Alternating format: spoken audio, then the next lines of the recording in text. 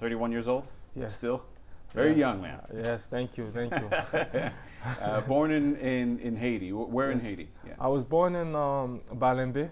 It's a small city, not too far from the capital. It's only a couple hours, but it was good growing up. Um, Growing in a small city, coming from an area where everything was kind of difficult, but it's good that I'm here today.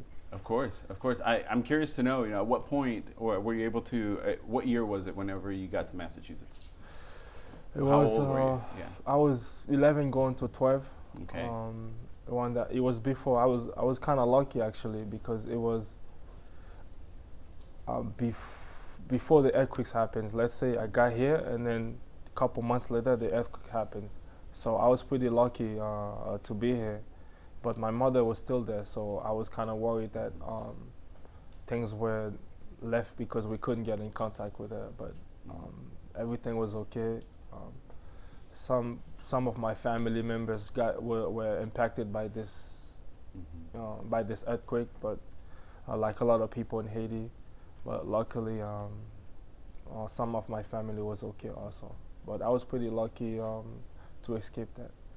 Before we continue to talk about your time in Massachusetts, just what's some of your fondest memories of being in Haiti, and how often do you go back? I mean, obviously you play for the national team, but you're also playing in Europe, and so it seems that you're moving all over the place. But as far as your childhood, how was your childhood in Haiti? It was not easy at all. It was hard growing up in Haiti, in an area where there's a lot of poverty. There's not a lot of opportunities. But growing up,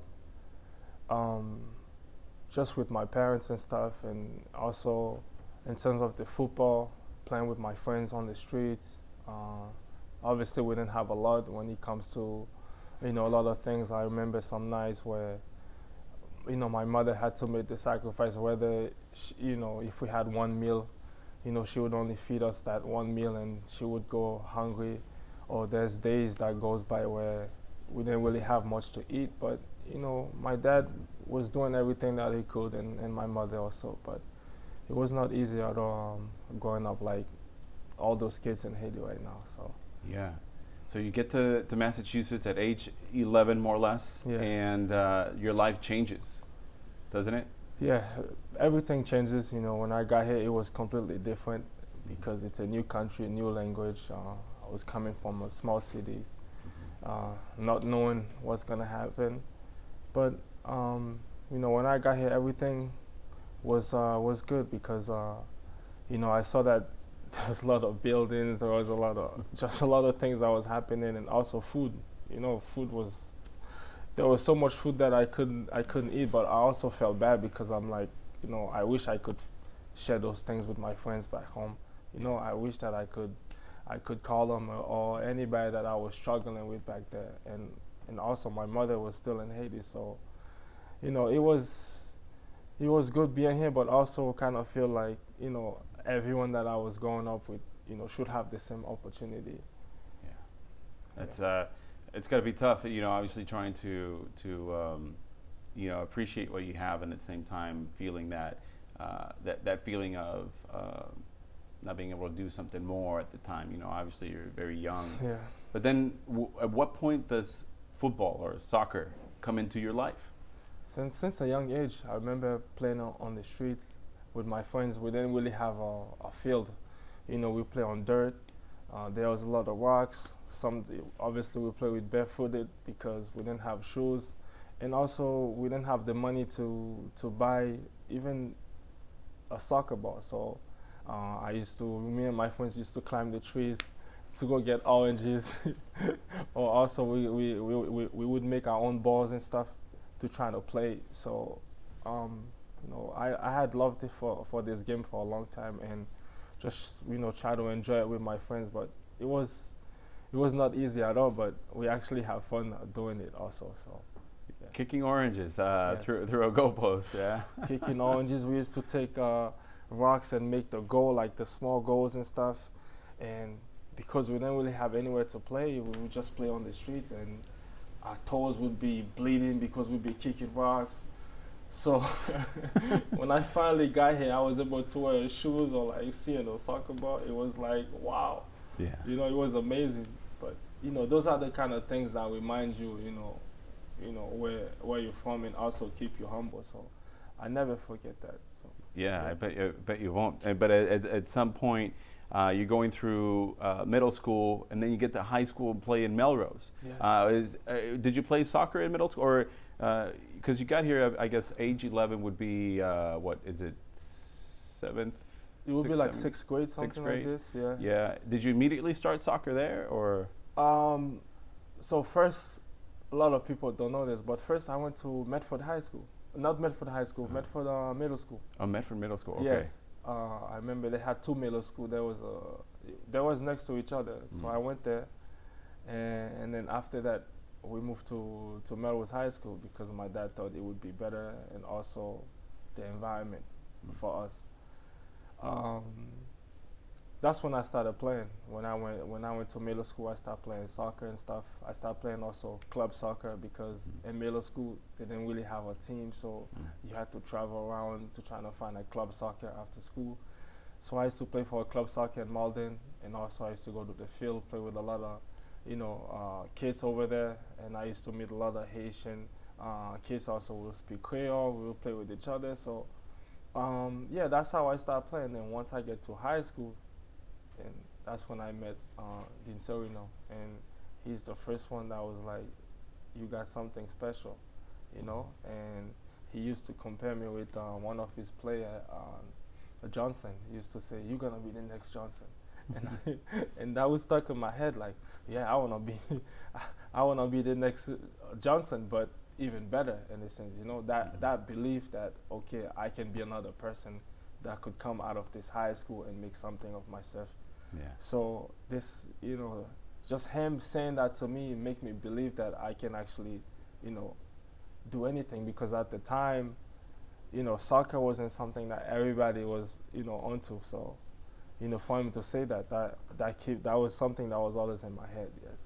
So would you say that influence, you've been able to carry that with you throughout your career since then, just that belief in yourself?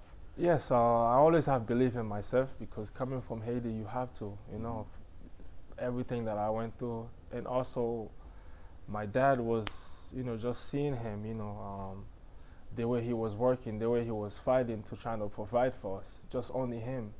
So that also, gave me the belief that if he can do all this for us, coming from Haiti and bringing all of his family, just by working a normal job, I said, then my path is easy. I can do anything, because I see him waking up 2 a.m., 1 a.m. every morning to go to work, barely sleeping.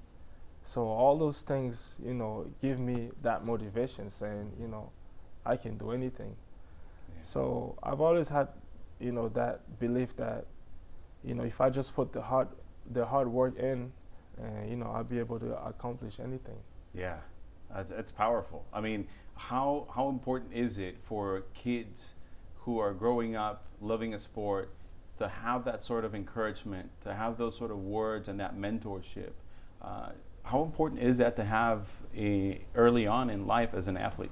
It's really important, and I was lucky enough to find those type of people, For example, I also had an academy coach, Coach Carlton. He's like a second father to me. He's also one of the person that have a big impact on my career. He was able to mentor me, talk to me, and also just the belief that they have in me, seeing something in me that not everybody sees. And for me, that's a lot. And I just knew that I'm in a country where there's a lot of opportunities. There's a lot of things that I can do. I just have to put the work in, and having the belief that anything is possible. So having those type of people around you is really important, because they show that they really care about you. They show that, they believe in you, that you can do anything. and they also put the time into you. So I appreciate that, and this is why me being here and me playing my first game in Boston means a lot to me. You know, it's like a second World Cup for me because everybody that was in my life that has some type of connection to my career, they are gonna be witness me playing in one of the biggest stage, and they can say, "This kid, I helped him," you know, or I had something to do with where he's at today. So this is something that even words cannot explain how I feel. You know, I'm really proud, and I know that they're really proud of me also. So Does that add more pressure, or does it make you more excited? I'm more excited. I mean, there's always pressure in anything that I do, but for me, just seeing their faces, I don't think I'm even gonna be worried about pressure because these are the people that you know believe in me even before the spotlight. Yeah. So That's awesome. I'm not going to dive it too much into Yeah. the rest of your career, but just kind of tell me what happened to you after high school. Obviously, you start playing for a couple of universities, and then you get to even the point of making a big decision in a draft, right? So tell me, just if you can summarize that period, but then also just tell me how, where was your mindset and what were your goals at that point? I mean, so I'm just gonna give you the runway. So it's high school, start playing for 1 year, and like I said, Dean Sereno was like, your level is here. You can be a professional player. You can play anywhere you want. And then I met Coach Carlton. And then in high school, there has this rule: if you play in academy, then you cannot play in high school anymore. So when I spoke to Dean Sereno, he said, yes, the best thing for you to do is to go play for the academy because you would get more exposure, and also, you know, you're gonna get better as a player. You know, we would love to keep you here, but for your well-being, it's better if you go somewhere else. So when I met Coach Carlton, that's when he brought me under his wing, and I started playing for Seacoast United, which is not too far from here, a couple hours.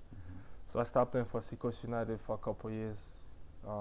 Coach Carlton started working with me every day after training session. You know, we started analyzing videos, everything that we needed to do in order for me to get better. And he also pushed me hard, and he was always on me more than all the other kids. But I embraced that because I knew it's because he saw something different in me. So I was not allowed to cheat. I was not allowed to do anything else in a sense, you know. So I always had to do more. And I appreciate that in a sense, like, I'm gonna make you proud because you see something in me that maybe not a lot of people sees it. So after the academy, then, you know, colleges start coming, the recruitment, and then that's when I went to Northeastern. Yeah. Yeah. And how is that Northeast? What was the impact of Northeastern at that point in your career? It was important to me because my dad and my mother, they're really big on education. So so when I was going to my recruiting process, there was a lot of schools obviously, and I also wanted to stay close home because I know my dad, he's working a lot, and I know he would love to come to my games and stuff. So Northeastern was an easy decision. The education, at the time they had a good soccer program, and also a good coach. Yeah. So the decision was easy for me to make. Did you end up? Is that where you studied criminal justice? Did I get that right? That's when I started studying criminal justice because they have a good major there and a good system there in terms of that. So they're one of the best school when it comes to that. So Yeah. What about criminal everything justice? just matched. I'm sorry, I didn't mean to interrupt. What about criminal justice interests you? It was something that, you know, just coming from Haiti, seeing everything, and I'm the type of person who believes that, you know, if I wanna have an impact in society, you know, this would be the best way to do it, you know. So criminal justice was something that was always interest to me. It's something that I love to do. So, you know, I wanted to study in that field in order to, you know, to try to help society in a sense and try to make a change in this world. And for me, this was the best way to do it.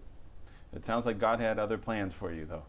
Yes, but you know, I'm really happy everything went that way. You know, Yeah. so Yeah. So Northeastern, and then fast forward. How did you get to the MLS draft? so Northeastern I did two on that like 2 years and like one semester, and then so half a semester, and then I went to Coastal Carolina Mhm. because at the time everything was going well at Northeastern, but I just felt like I needed to go to another level. And at the time, Coastal Carolina was a team that was going in the NCAA tournament every year.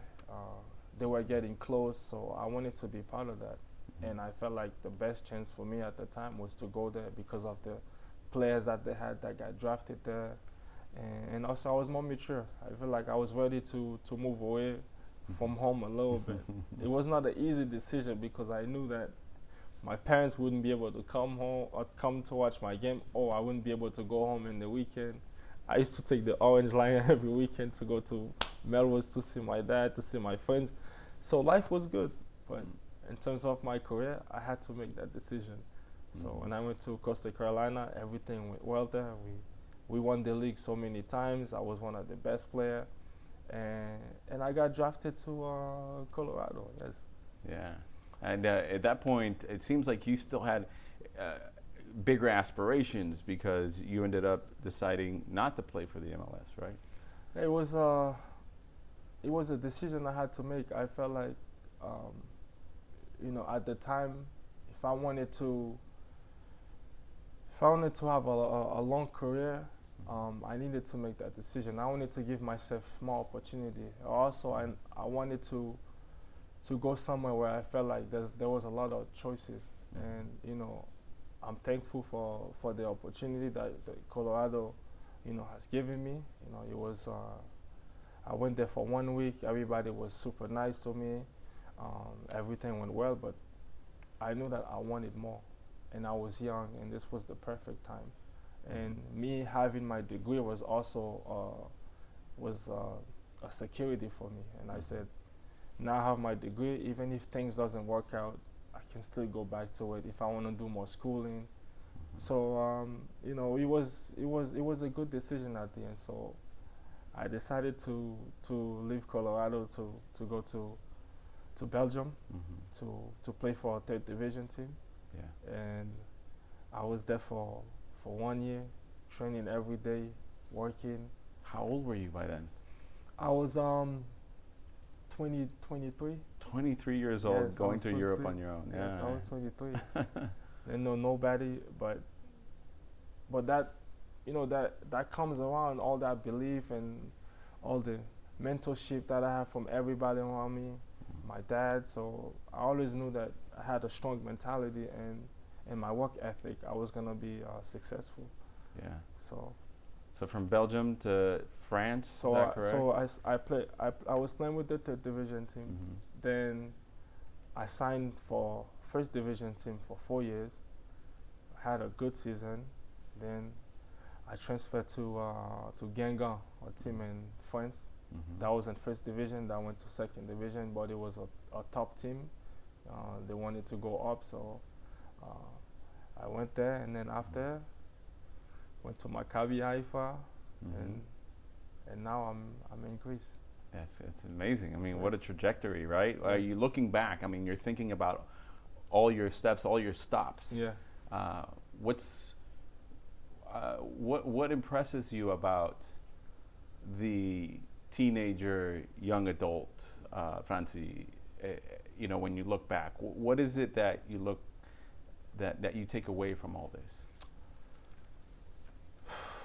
I mean, for me, it was just throughout my whole life, all the experiences, and also just the people around me.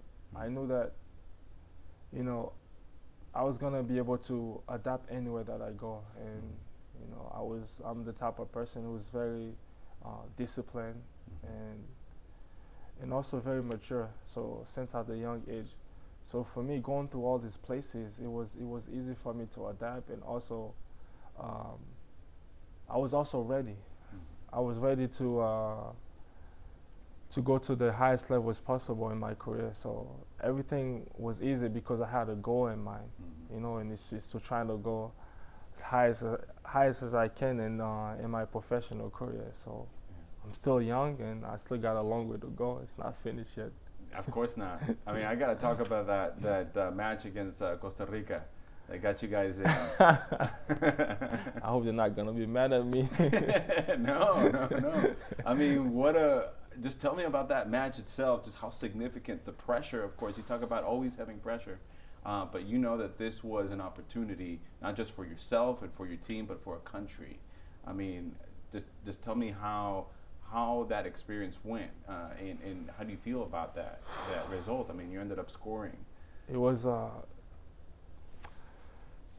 that game was I would say it was one of the toughest game, you know, and it's the first time in my career I felt like, you know, the whole world was watching us, and I know just playing for Haiti, the pressure that comes with it, and we know that there was just a lot, you know, that game was gonna be the game that would decide who's gonna go to the World Cup, and we all for us to give us a better chance to make it. And I knew that everybody was watching. My dad, everybody was calling me before the game, and Haiti was watching also. But with everything that's going on in the country, we just know that, you know, we had to win this game in order to try to make something happen. And for me, before that game, I remember I didn't talk to no one. The whole day I didn't talk to nobody. I just stayed in my room. I prayed, and before the game, we always had this speech, and I just told everybody, listen, if we're gonna beat this team, we have to give everything. We cannot play the way we played last time. Last time we got lucky. And I knew that my team, I had to step up because in a couple of the games, I knew that, you know, I needed to do better. So this was one of those games that, you know, I had to score and step up for Haiti, and I'm happy I did because look where we're at now today. I guess because of that, you know, success, that decision, that focus, and everything that led up to that moment, finally brought you to the most important one, which is talking to me, man. I know, right? No, this is amazing. Oh man, no, I'm a forgettable part of this whole journey, but I'm just very privileged to be able to you know, listen to your story and go through all of that. No, but I really appreciate it. Just being here, I'm a small kid from Boston. I'm from Haiti. Look where I am today. So, you know, I'm grateful for all this, you know, and just seeing where I came from. You know, I'm not supposed to be here. You know, I wasn't supposed to be in this place because not a lot of kids, you know, have this opportunity. So there's just a lot of things going on, you know, in my country. There's just a lot of things that's happening, and I'm just happy to be able to have some type of impact or change in this, you know, in this world, and also for my people, and also for the kids that's in Haiti. You know, they look at me and say, you know, if he can come from this small town and coming here in Boston and making all this happen, going to Europe, anybody can do anything. So for me, that Costa Rica game was one of my favorite games because nobody expected that goal. You know, everybody was surprised, and I don't think anyone see it coming. Yeah. But I knew that was gonna happen because I was ready for that game. So you were ready. Yeah. When readiness meets opportunity, right? Exactly.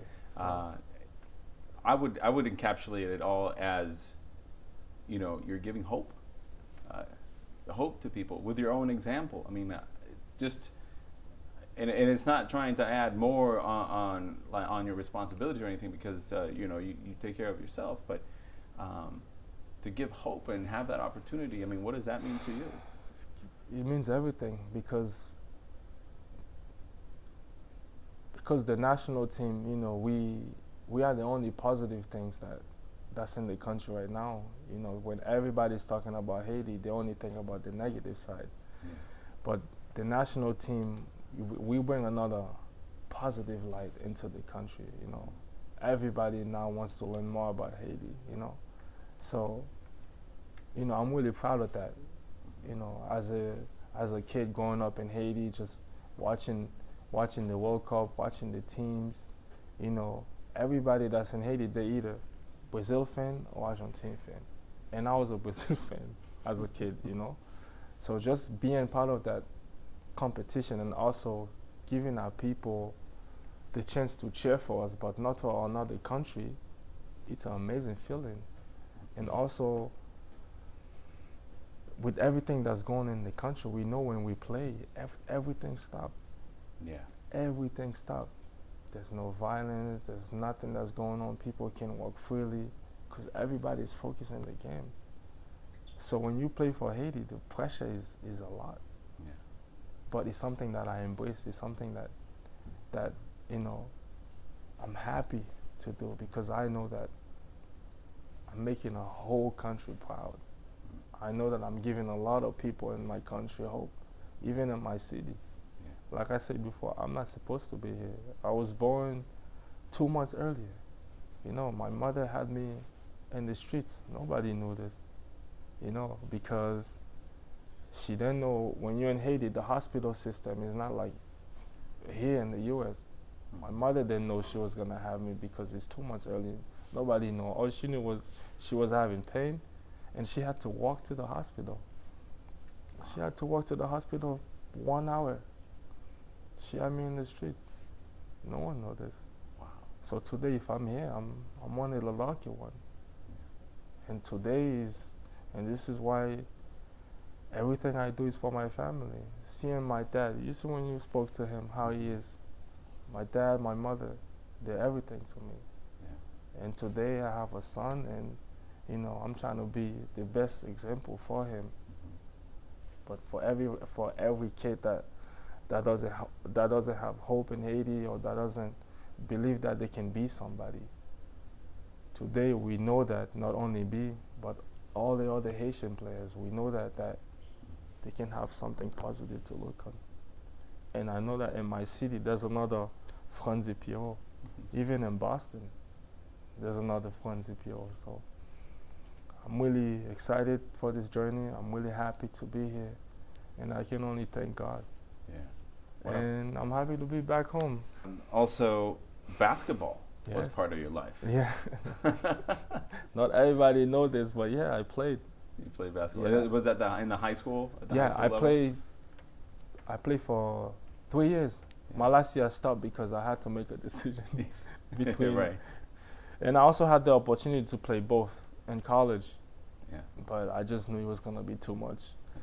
But yeah, I played basketball, and I was pretty good too. Hey, man, you've got the stature for one. I mean, you've got the stature, so that's awesome. I want to go through a couple of these teams you're going to be playing. Yes, I mean, go ahead. You say you were a fan of Brazil. Yeah. And now you're going to be playing against Brazil in the World Cup. I mean, looking at the team, just tell me, Brazil, Scotland, Morocco. I mean, this is a tough group. Yeah, I mean, it's the World Cup.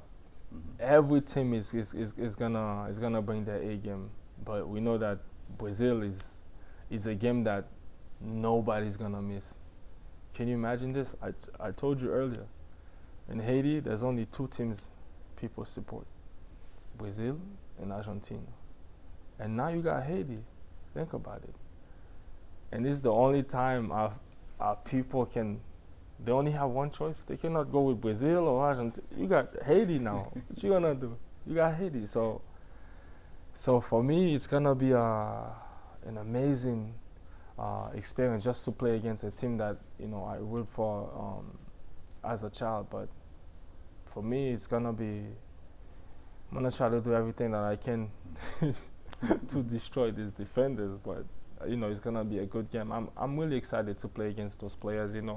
And I think that everybody is, and everyone that's gonna be watching the game, and I know they're gonna be really excited. But I know that I'm ready, and obviously it's a tough group, but we never know what can happen in those type of competition. We know that it's a game that's gonna be hard, but we're ready. I'm ready, and I'm gonna give everything that I can to play a good game and making sure that Haiti has the best result is possible. Right. Yeah. I mean, Scotland, I know that it also hasn't been in the World Cup in many years, a couple decades, more than 30. You guys coming back to the World Cup in more than 50. I mean, there's a little bit of I guess, similarity there in terms of the fans are just waiting, dying to see you guys play. And this is Scotland, which could also be a surprising team, right? The fans are also coming in thousands and droves, and they're going to be trying to fill that Gillette Stadium. Yeah. But we have one of the largest Haitian communities in the country here Yes. in Massachusetts, as you already know. I mean, just talk about how you expect this Gillette Stadium to be that first match of your first World Cup. The stadium is gonna be blue and red. Mm-hmm. I know that there's gonna be a lot of noise, and just seeing the flag, just wearing that Haiti flag on the chest it's different, man. It's an honor, and I know that every Haitian is gonna be there and cheering for us, and we have to make them proud. We have to do something in this World Cup, and obviously everybody thinks we're the underdog, but we have a good team with a lot of qualities, and those games are not gonna be easy. But we have a lot of experienced players like myself. I play in another competition in Europe. I play in the Champions League, Europa League, and also playing for a top club and playing against a lot of big names.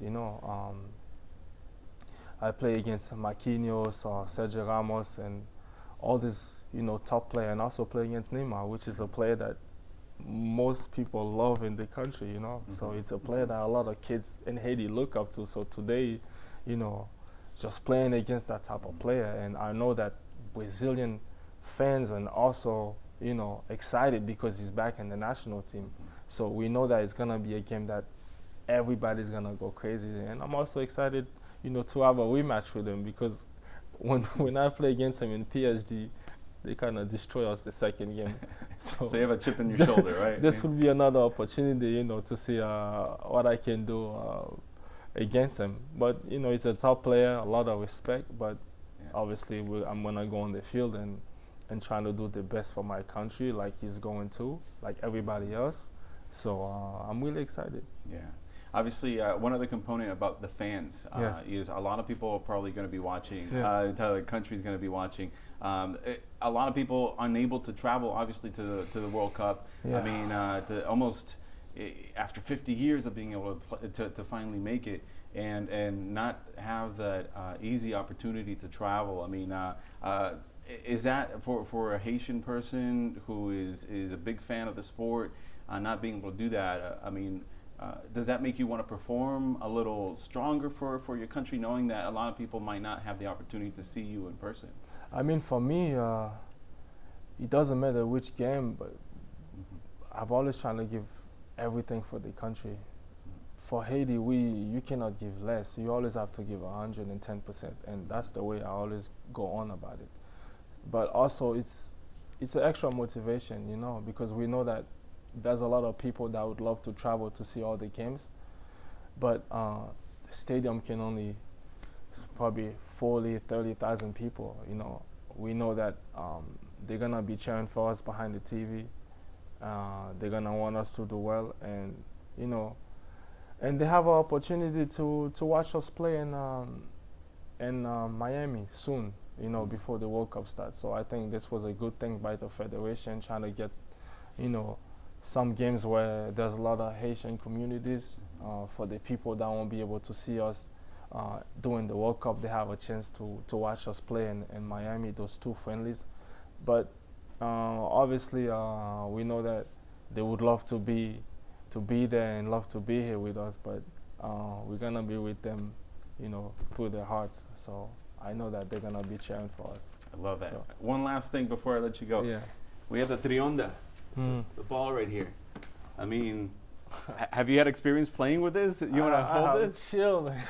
How does it feel to be holding Oh the my World Cup goodness. ball? I mean, are you familiar with the ball? Do you like it? Have you been able to kick it? I mean, I just want to see this going. I just want to see this hit the net.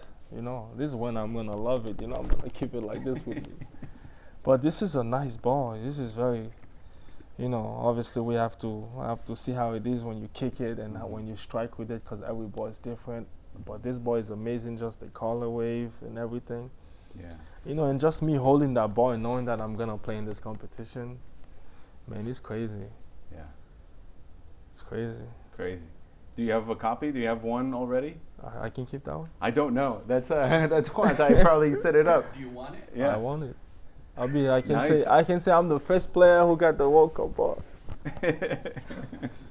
No, but I want Yeah? this. Yeah, of course. Thank you guys. This is amazing, man. Yeah.